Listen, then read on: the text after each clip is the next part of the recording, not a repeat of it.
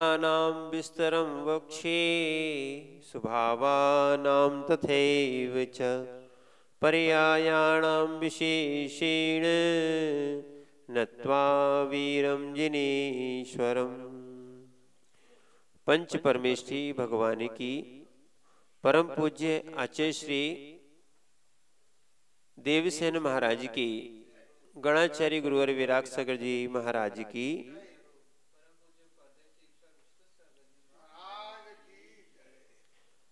आचार्य भगवान देवसेन स्वामी जी ने द्रव्यार्थिक न्याय का विषय समझाया था। द्रव्य समझते हैं, द्रव्य पर्याय और गुण, या द्रव्य गुण पर्याय। तो जो द्रव्य को ग्रहण करने वाला होता है वो द्रव्यार्थिक न्याय था। द्रव्यार्थिक न्याय के अपन ने भेद कल समझे थे। क्या है? शुद्ध अशुद्ध, अन्वय, स्वाद्रव्य, परद्रव्य और परम भाव। ऐसे ही उसके बाद आता है पर्यार्थिक न्याय, जो पर्याय को ही ग्रहण करता है। क्या है? जो द्रव्य को ग्रहण नहीं करता, मात्र किसको ग्रहण करता है? पर्याय को। जैसे माना कि किसी को सोना चाहिए, तो वो सोना देखेगा, चाहे वो किसी रूप में हो, तो वो क्या देख रहा है? द्रव्य। अब कई बार ऐसे है कि भले सोना चाहिए पर सोने की हमें अंगूठी चाहिए, कोई को चैन चाहिए, किसी को क्या है कंगन चाहिए, और भी चीजें हो सकती हैं।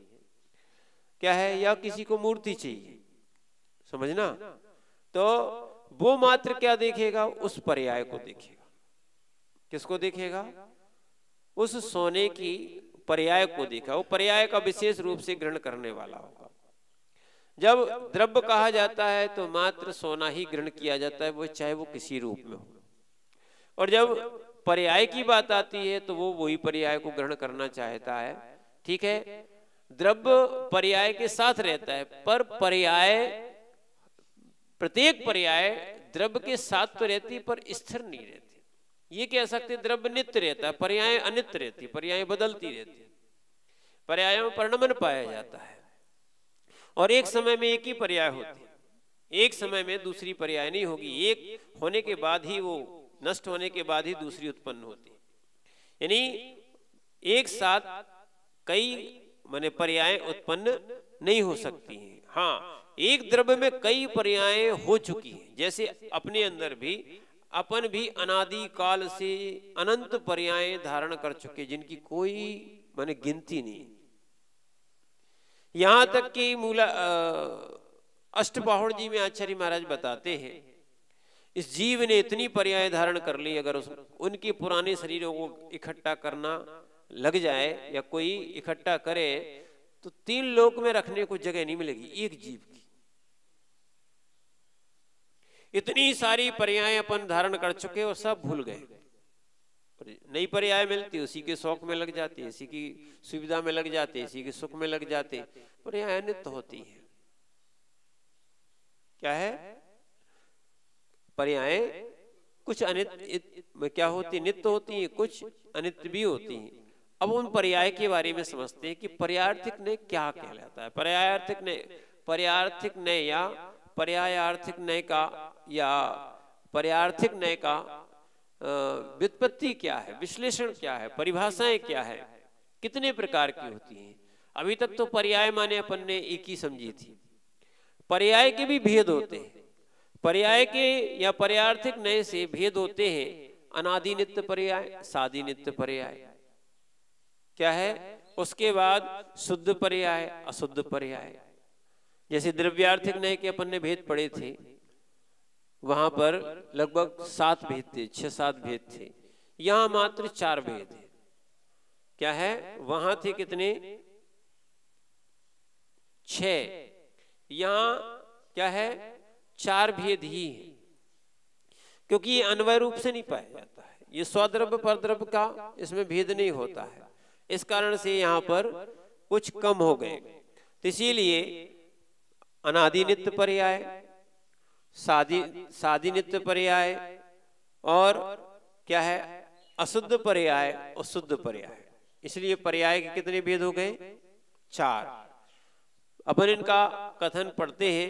पहले नंबर ये समझते हैं कि पर्यायर्थक न्याय किसे कहते हैं, पर्यायर्थक न्याय किसे कहते हैं।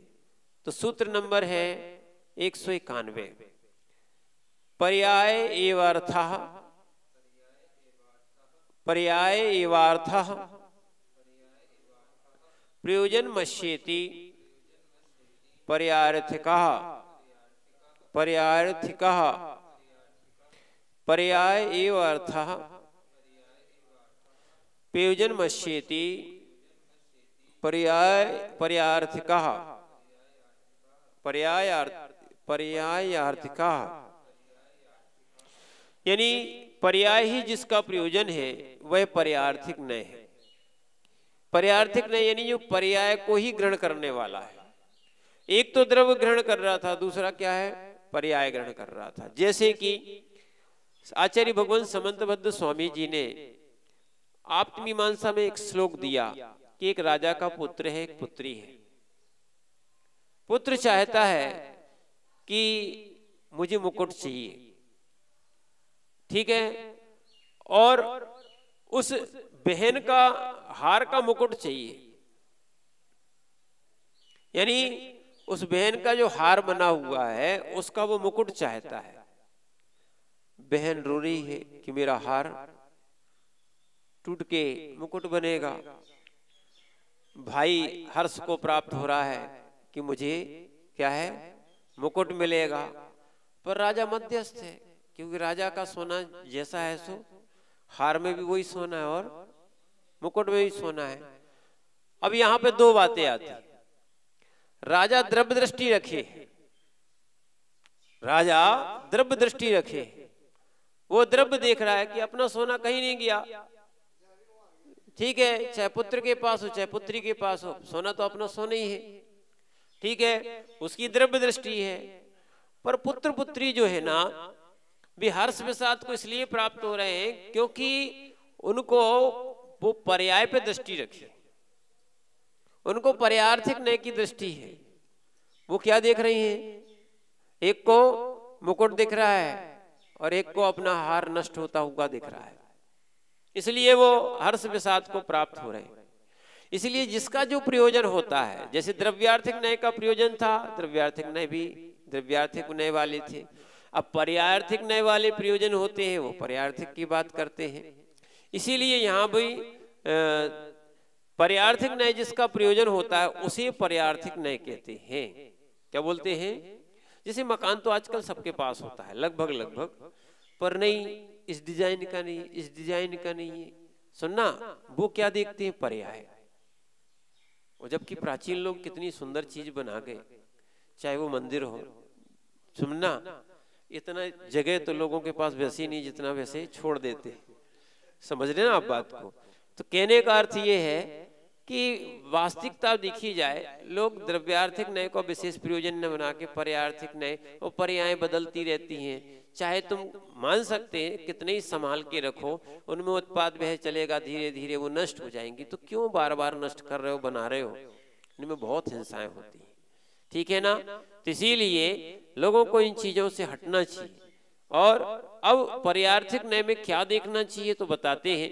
पर्यायार्थक न्याय के भी भेद बताए, कौन सी, अनादि नित्य पर्याय, सादि नित्य पर्याय, शुद्ध पर्याय, अशुद्ध पर्याय। इनको देखो तो आपको क्या है, कोई विशेष जानकारी मिलेगी और आप सद्ज्ञान की, सम्यक ज्ञान की ओर आगे बढ़ेंगे। तो पहला सूत्र आता है इसमें, पहले तो 191 नंबर का हो गया था, अब 192 नंबर के सूत्र में कहते हैं अनादि नित्य पर्याय किसे कहते हैं या कौन कहलाती है। पहले तो निकल चुका है, अनादि नित्य पर्याय कौन सी है, मेरु आदि। लोक मेरु आदि जैसा बना है वैसा ही रहेगा, उनमें कोई परिवर्तन नहीं होगा। एक नित्य पर्याय, अनादि नित्य पर्याय है ये। जो सुमेरु आदि है, लोक आदि है, जैसा आगम में वर्णित है, जैसा अपन देखते हैं कुछ चित्रों के माध्यम से, जो आचार्यकृत पुराने तिलोपणति, तिलोक सार आदि आदि ग्रंथों के माध्यम से अपन को लोक के नक्शे मिले हुए हैं। पुरुषाकार है, ठीक है, मेरु या सबकी संरचना या ढाई दीप या पूरे लोक की संरचना, स्वर्ग नरक ये जो है ना, ये सबकी संरचनाएं हैं, ये सब अनादि नित्य पर्याय हैं। कैसी है? कौन ने बनाया? किसी ने नहीं बनाया। कब नष्ट होंगी? कभी नष्ट नहीं होंगी। इसलिए क्या है? अनादि नित्य पर्याय। सूत्र नंबर 92 पढ़िए।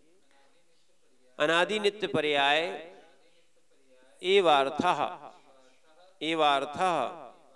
प्रयोजन मश्येत नादि नित्य पर्यार्थ का।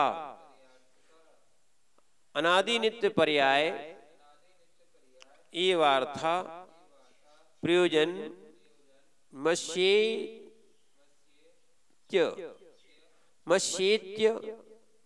नादि नित्य पर्यार्थ का।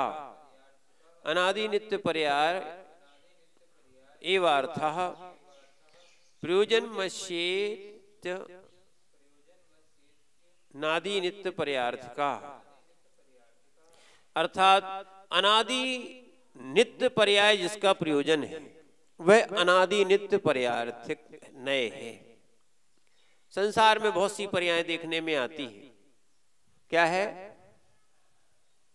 कौन सी? अनादि नित्य पर्याय भी है, सादि नित्य पर्याय है। इनको समझना। बहुत से लोगों के मन में एक जिज्ञासा होती है, क्या लोक कैसी रहेगा? कई लोग ने मान लिया ये संसार, लोक, पृथ्वी शेषनाग पे टिकी है। ऐसा कुछ नहीं है। क्या है? है ही नहीं है। 100% है, बात वलय पर है। और क्या है? 100% है। यही तो कह रहे, अभी तक आपने सुना कहाँ है? कैलाश जी, अब आप लोग क्या है, थोड़ा बहुत अध्ययन करोगे तो समझ में आएगा। तो कहने का अर्थ है, इस चीज को समझो कि अपन लोग सब झूठे वाले ज्ञान में भटक रहे। नहीं तो अपन पढ़े ना, भगवान ने क्या बोला है। देखो, एक ध्यान रखना, अपने यहाँ तो जो शास्त्र मिले हैं वो भगवान के कहे गए और अपन ने उनका ही मैंने लेखन किया है। अन्य जगह क्या है, लोगों ने अपने मन से ही शास्त्रों का लिखना, उनने कहा इनको ज्ञान हो गया और उनको जो समझ में आ गया उनने लिख लिया। समझना। इसीलिए कई प्रकार की रामायण बन गई, कई प्रकार के लोगों की बातें आने लगी। बचा कुचा विज्ञान था, विज्ञान ने भी अपनी कल्पना शुरू की। पहले आदि मानव था, उसकी पूंछ थी, पहले चिंपैंजी थे। सुनना, धीरे धीरे बंदर। ऐसा कभी हो सकता है कि बंदर से कहीं मनुष्य बन सकता है? ये चिंपैंजी की भाषा और अपनी भाषा एक है क्या? समझना, वो भाषा मिलती है क्या? वो मनुष्य जैसा बोलता है क्या? इन्होंने भी एक मनगढ़ंत चीज बना के छोड़ दी। कहने का अर्थ है कि जो आगम में वर्णित है, सीधी सीधी बात, मनुष्य से मनुष्य ही होते, मनुष्य से त्रियंच उत्पन्न नहीं होते, त्रियंचों से मनुष्य भी उत्पन्न नहीं होते। कभी हुए? क्या है?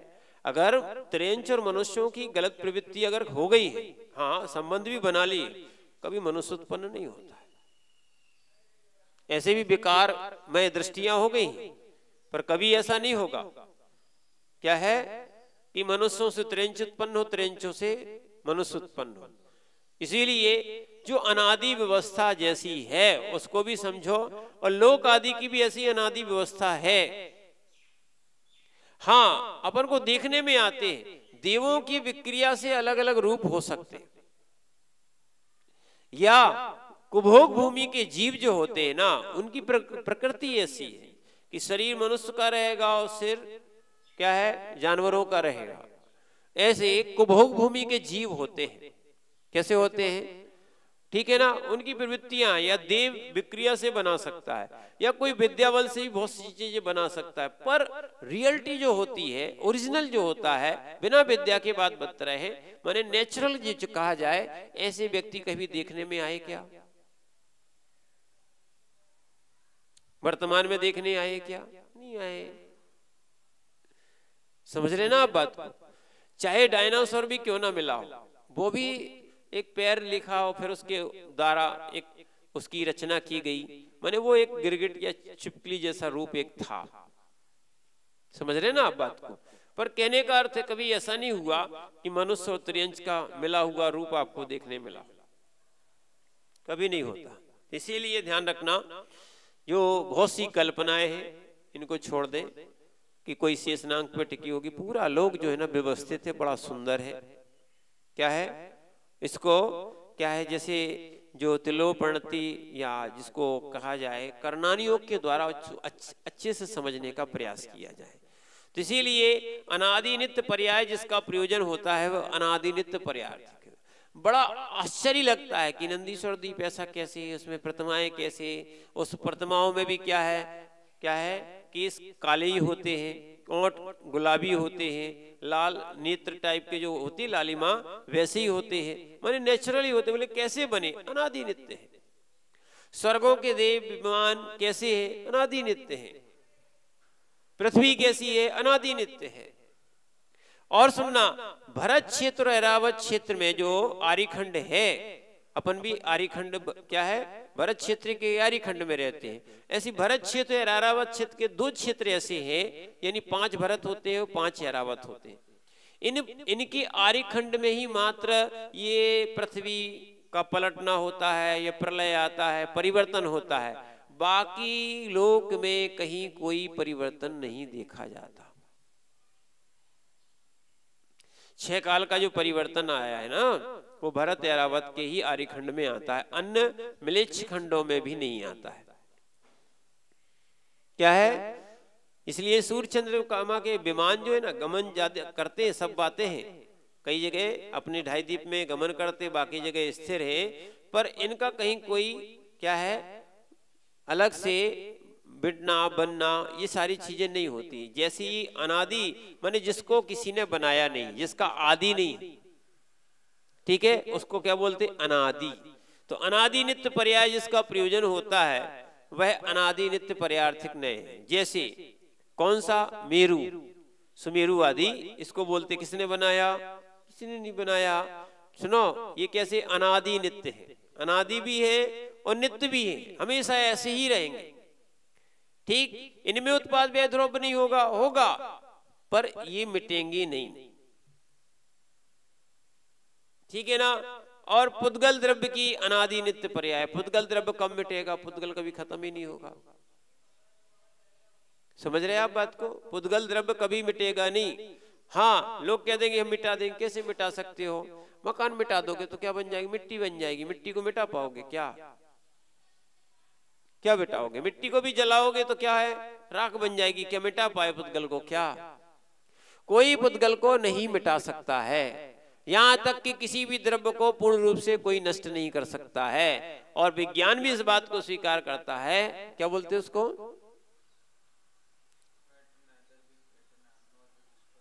माने किसी प्रकार से उसको नष्ट नहीं किया जा सकता है, यानी डिस्ट्रॉय नहीं किया जा सकता, पूर्ण रूप से उसको नष्ट नहीं किया जा सकता है, ठीक है ना। तो इसीलिए क्या है यहाँ पर आचार्य महाराज बता रहे हैं, मेरु आदि पुद्गल की, मेरु आदि पुद्गल द्रव्य की अनित्य पर्याय है। किसकी है जी? सब पुद्गल द्रव्य की कैसी है? अनादि नित्य पर्याय, हमेशा रहने वाली, कोई नष्ट नहीं कर सकता। और ध्यान रखना, द्रव्य का उत्पाद व्यय तो होता है पर द्रव्य को कोई नष्ट नहीं कर सकता। और मेरु आदि जो थी वो पुद्गल की कैसी थी? अनादि नित्य पर्याय है। इसका कथन अपन पहले पढ़ चुके हैं। अभी तो मात्र इतना था, अनादि नित्य पर्याय किसे कहते हैं? तो इसका अनादि नित्य पर्याय ही जिसका प्रयोजन होता है उसे अनादि नित्य पर्याय कहते हैं। आगे बताते हैं सूत्र नंबर 193 में, सादि नित्य पर्याय एवार्थः, सादि नित्य पर्याय एवार्थः प्रयोजन मश्येति सादि नित्य पर्यार्थिकः, प्रयोजन मश्येति सादि नित्य पर्यार्थिकः। हाँ पढ़िए।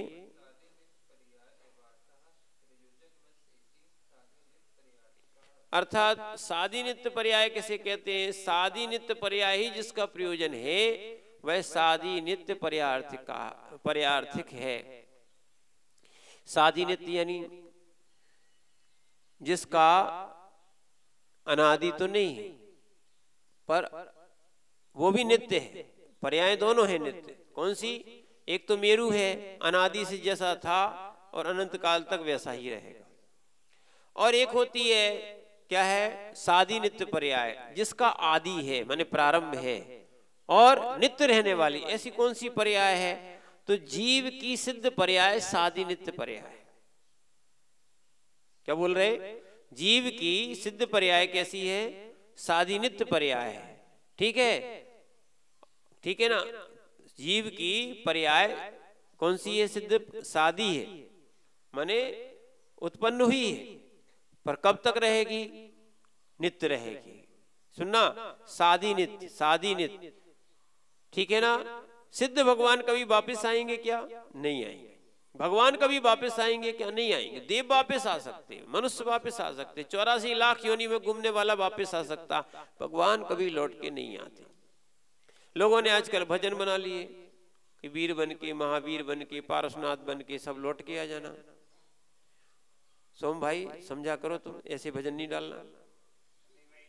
सुनना, तो इसीलिए क्या है, ये वास्तविकता में जो जीव एक बार सिद्धि को प्राप्त हो चुका है वो कैसे लौट के आएगा? कर्म ही उसके पास नहीं है। जब कर्म नहीं है तो कैसे लौट के आएगा? तो इसीलिए क्या है, ये सादी नित्य पर्याय।